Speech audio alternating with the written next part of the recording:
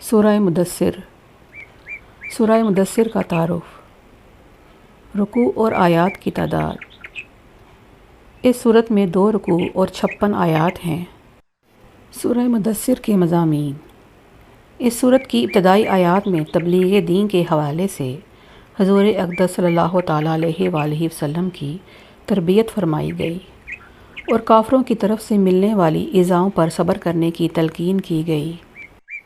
قیامت کے دن کی ہولناکی اور ولید بن مغیرہ مخزومی کی مذمت بیان کی گئی اور اس کے دردناک انجام کے بارے میں بتایا گیا۔ جہنم کے اوصاف بیان کیے گئے اور اس کے محافظوں کی تعداد بیان کی گئی۔ چاند، رات اور صبح کی قسم کھا کر فرمایا کہ دوزخ بہت بری چیزوں میں سے ایک چیز ہے۔ یہ بتایا گیا کہ ہر شخص اپنے اعمال کا خود ذمہ دار ہے۔ نیز جنتیوں اور جہنمیوں کے درمیان ہونے والی گفتگو بیان کی گئی۔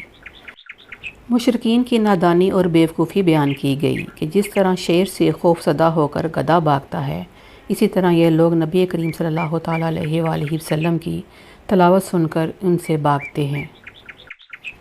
اس صورت کے آخر میں بتایا گیا کہ قرآن مجید عظیم نصیحت ہے، تو جو چاہے اس سے نصیحت حاصل کرے۔